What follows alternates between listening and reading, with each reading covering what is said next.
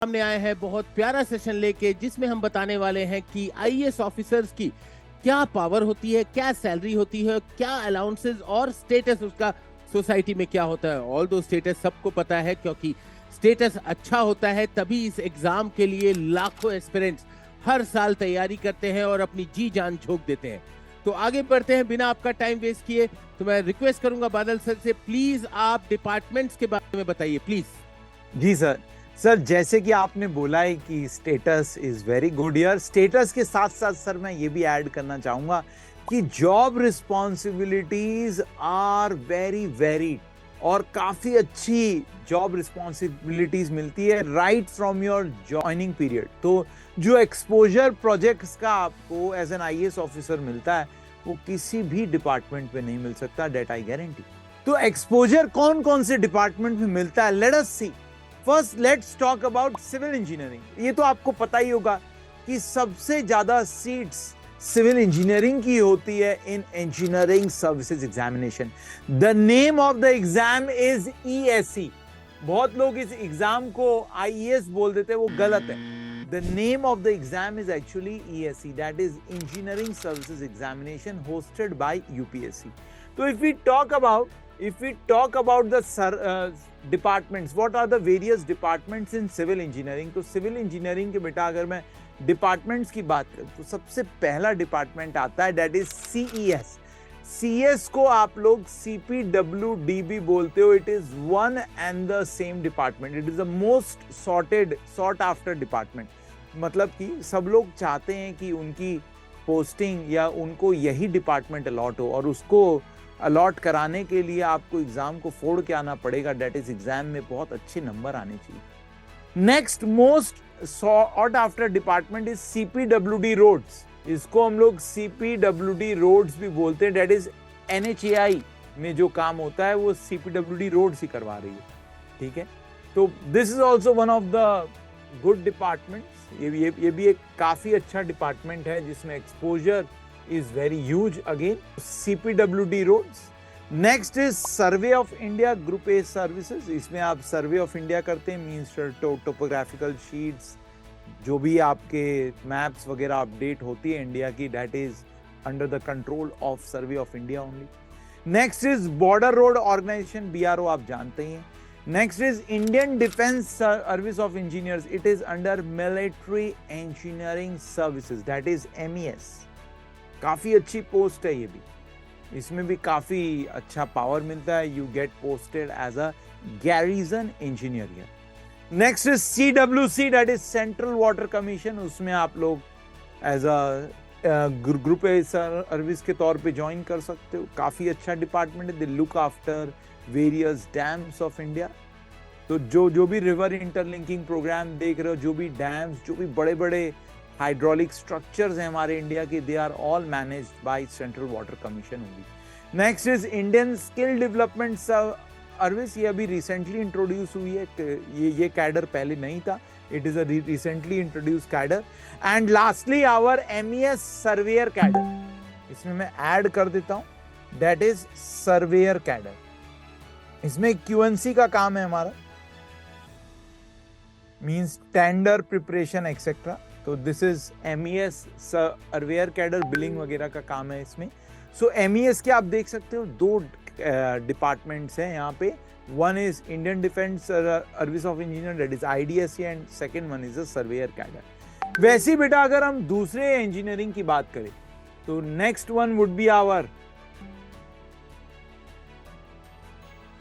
Next one is of mechanical engineering. अगर mechanical engineering की बात करें तो what are the various departments here, let's see. अगर मैकेनिकल इंजीनियरिंग की बात करें तो what are the various departments here, let's see this. So first one is as an assistant engineer in geological survey of India. Next is IDSC again। Then we have Indian Naval Armament Services, then Assistant Naval Store Officer। Then in BRO central, mostly देखिए department same ही है of civil engineering, बस कुछ add on हो गया है यहाँ पे। Like naval department add on हुआ है, then central power add on हो गया है, देन या आवर दो कैडर हो गया। मिलिट्री इंजीनियरिंग सर्विसेज तो कॉमन ही है।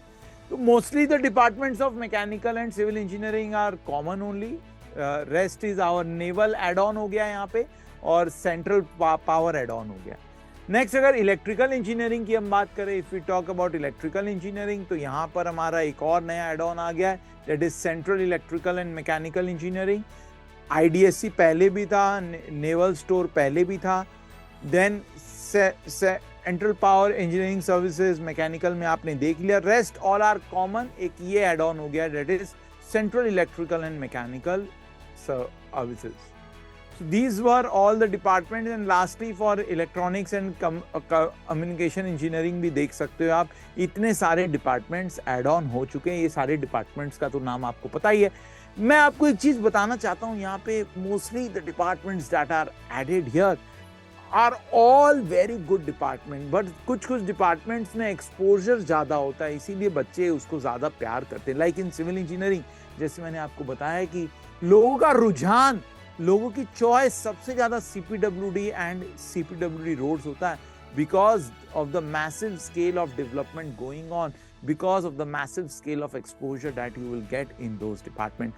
Now I would like to request Ankit sir, मुद्दे की बात पे आते हैं। क्या मुद्दे की बात है कि भाई सैलरी क्या मिलेगी काम करके। तो आप लोग सब इस बात में ज्यादा इंटरेस्ट रखते हो कि सर ये सब तो ठीक है, कुछ ना कुछ डिपार्टमेंट तो मिल जाएगा, बट सर डिपार्टमेंट में सैलरी स्ट्रक्चर क्या है। तो मोस्टली आप सबको जानने की इच्छा होगी कि सैलरी स्ट्रक्चर क्या है कि नहीं। तो मैं अब अंकित सर से रिक्वेस्ट करना चाहूंगा कि सर बताइए what are the various salary structures. जी सर। Thank you sir. ये सर बहुत आपने सही बात बोली कि मुद्दे की बात लोग जानना चाहते हैं। तो मुद्दा की बात यह है कि पैसा क्या मिलता है, सैलरी क्या मिलती है। सबको ये बड़ा उत्सुकता रहती है कि जो क्लास 1 ऑफिसर सिलेक्ट होके जाते हैं उनकी सैलरी क्या है। तो देखिए सर, पहले आपको भी पता है कि सर पहले ग्रेड पे चला करते थे, अब ग्रेड पे बंद हो गए हैं, अब एंट्री लेवल पे कहा जाता है, राइट। तो अब एंट्री पे कहा जाता है। तो पहले जो क्लास 1 ऑफिसर जाया करता था उसका ग्रेड अलग हुआ करता था, जैसे 5400 हुआ करता था, और पे स्केल 15,600 से 39,100 होता था। बट अब चीजों को थोड़ा सिंपल किया गया, पहले थोड़ी सी कॉम्प्लिकेशंस थी।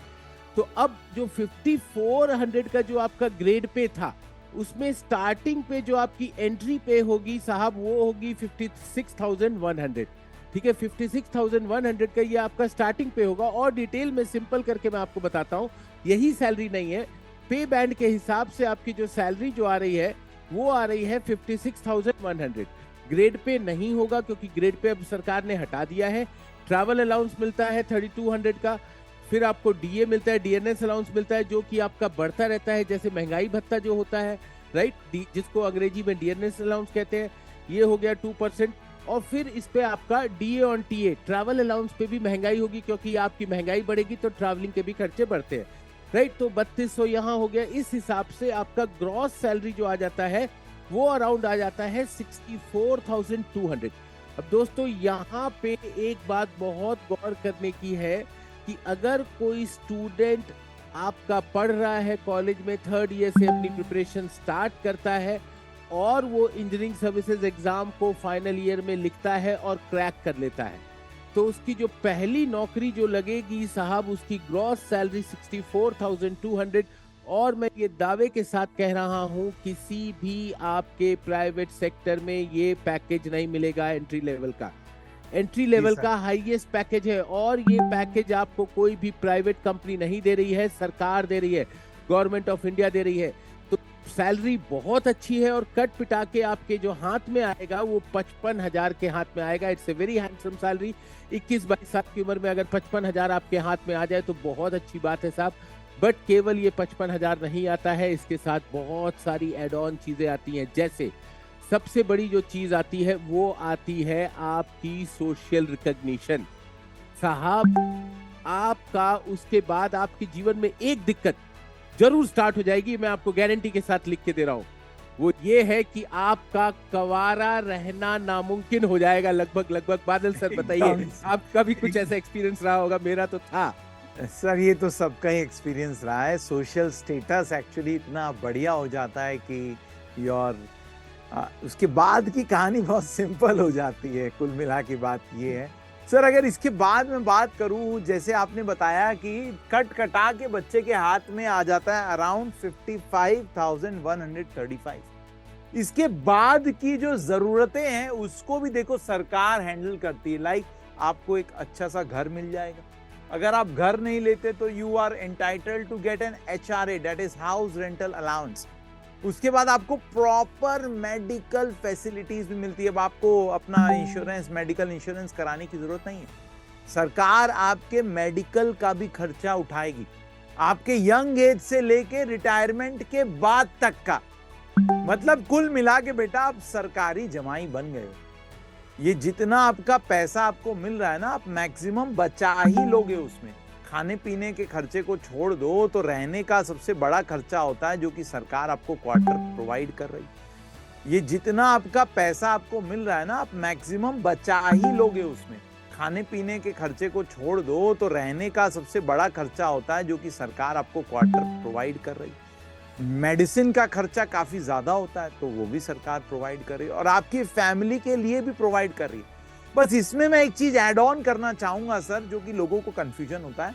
According to our ESC rules, family means you, your wife and kids, not your mother and father. But if your mother is dependent on you, she will be counted as your family.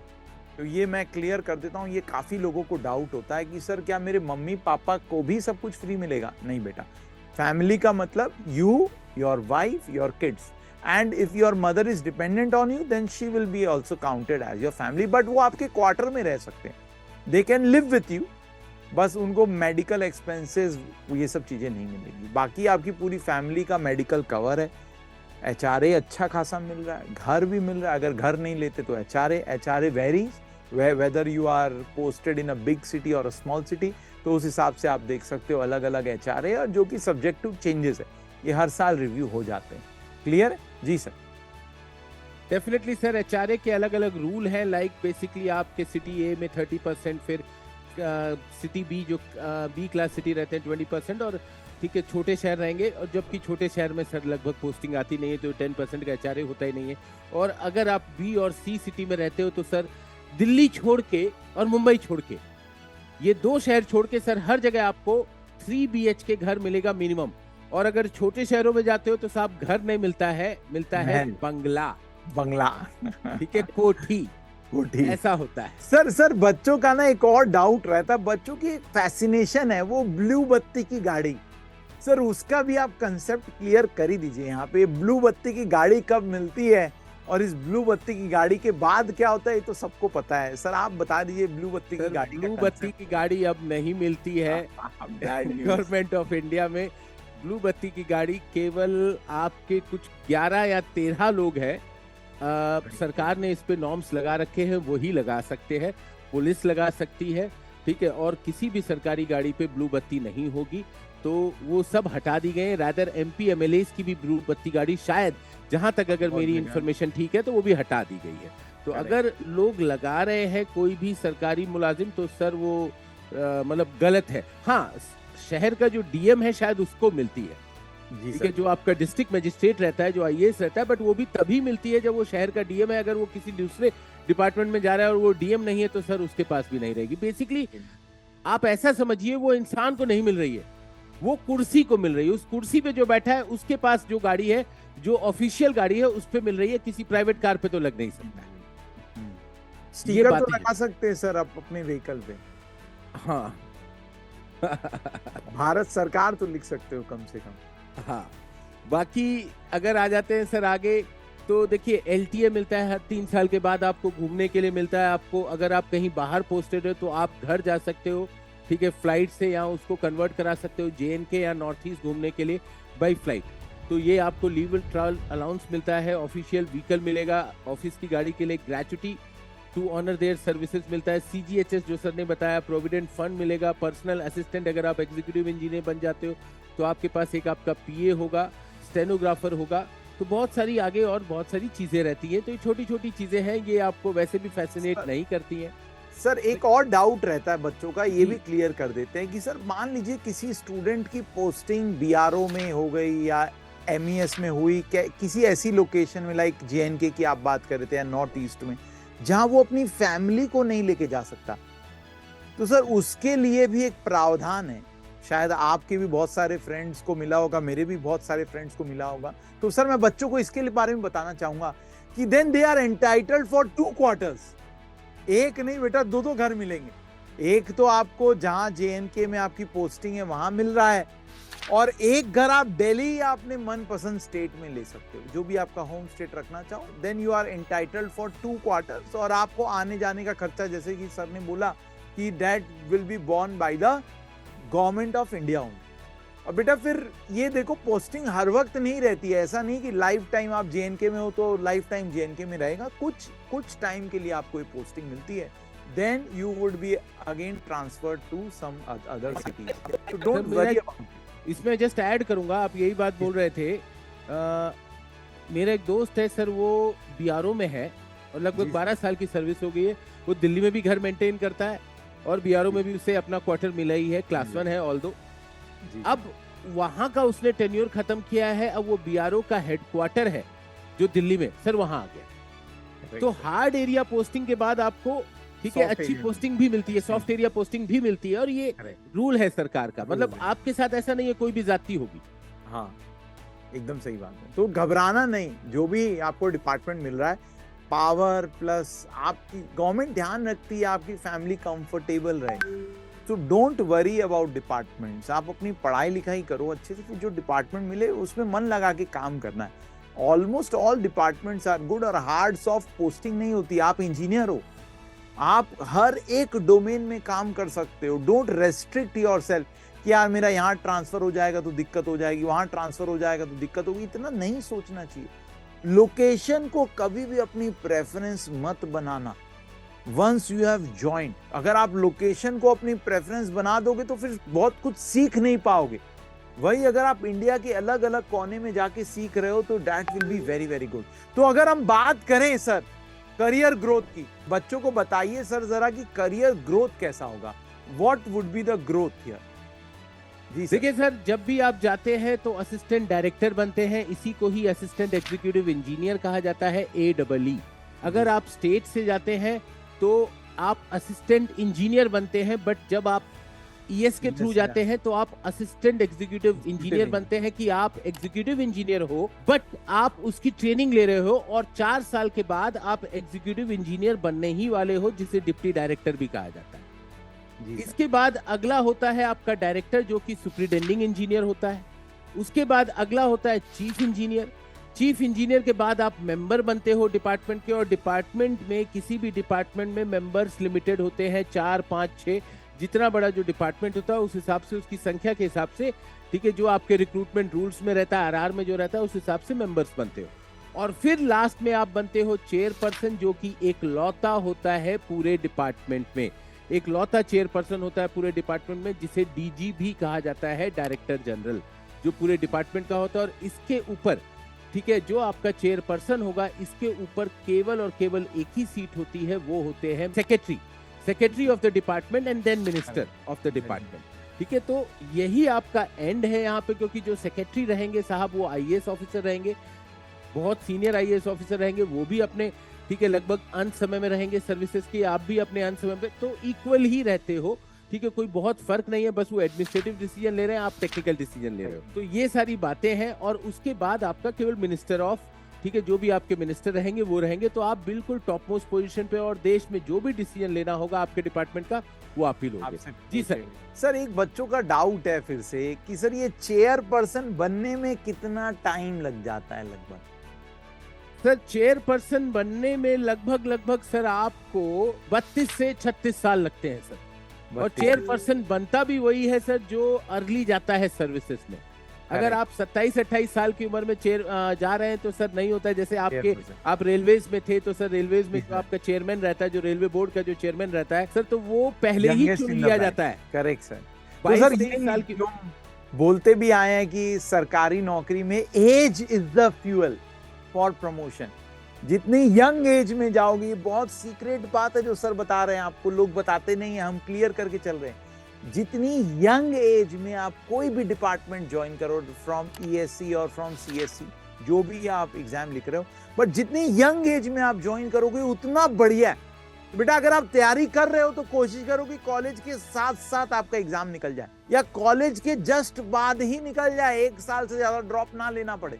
क्योंकि अगर आप 21, 22, 23 साल में join कर जाते हो as a assistant director और an AEE, तो आपकी probability to become chairperson will be very very high. और बेटा जैसे जैसे ऊपर जाओगे वैसे वैसे पावर्स मिलते जाएंगे। Obviously everybody wants to be powerful, तो स्टार्टिंग में कोई पावरफुल नहीं होता है, बट जैसे जैसे आप इस हायरार्की में चढ़ते चले जाओगे, your power will keep on increasing exponentially. बेटा ये ध्यान रखना, आपको मन लगा के प्रिपरेशन करना है, कोशिश करना है कि यंग एज में ही आप क्लियर कर जाओ एग्जाम। जी सर। सर पहले ऐसे ही SCRA का एग्जाम हुआ करता था, जी सर, आपको याद होगा? जी सर, अब नहीं है वो। तो बहुत दिक्कत होती थी क्योंकि उसमें मैकेनिकल इंजीनियर्स आते थे। तो वो 21 साल की उम्र में ही सर आपका जमालपुर में, ठीक है, जो इनका ट्रेनिंग इंस्टीट्यूट हुआ करता था, वहीं से उन्हें मैकेनिकल इंजीनियरिंग की डिग्री दिलाई जाती थी और वही बनते थे आपके चेयरमैन। बट जब SCRA स्क्रैप हो गया तो यंगेस्ट बनने लगे। Correct sir. यही बहुत सारी चीजें हैं दोस्तों। तो देखिए, जल्दी समझ लो, फायदा होगा, लाइफ में बहुत आगे जाओगे। और इस एग्जाम में साहब आपको पैसा तो है ही है, सैलरी बहुत अच्छी है, पावर बहुत अच्छा है, सोशल रिकॉग्निशन बहुत अच्छा है, और बहुत सारे आपके कॉन्टैक्ट्स बनते हैं, बहुत अच्छा एक्सपोजर मिलता है। कई लोग 10-12 साल नौकरी करने के बाद अगर ये सोचते नहीं अब मुझे प्राइवेट सेक्टर में जाना है, तो उसके लिए भी एक बहुत अच्छा एक्सपोजर आपके पास रहता है, बहुत अच्छी मार्केट वैल्यू आपकी बन जाती है। इतना ही मैं अपनी तरफ से कंट्रीब्यूट करना चाहूंगा। बादल सर प्लीज आप क्लोजिंग रिमार्क्स। सर ने सब कुछ बता दिया, बस लास्ट में मैं एक एड ऑन पॉइंट देना चाहूंगा। अगर आपको अच्छा इंजीनियर बनना है तो उसके लिए आपका टेक्निकल एक्सपोजर भी होना बहुत जरूरी है, और इस डिपार्टमेंट्स में आपको टेक्निकल एक्सपोजर भी काफी अच्छा मिलेगा। That will give you very much satisfaction as an engineer. तो एज अ इंजीनियर जो सेटिस्फैक्शन आपको इन आफ्टर ESC मिलेगा, तो दैट आई कैन गारंटी वो किसी भी जॉब में मिलने वाला नहीं।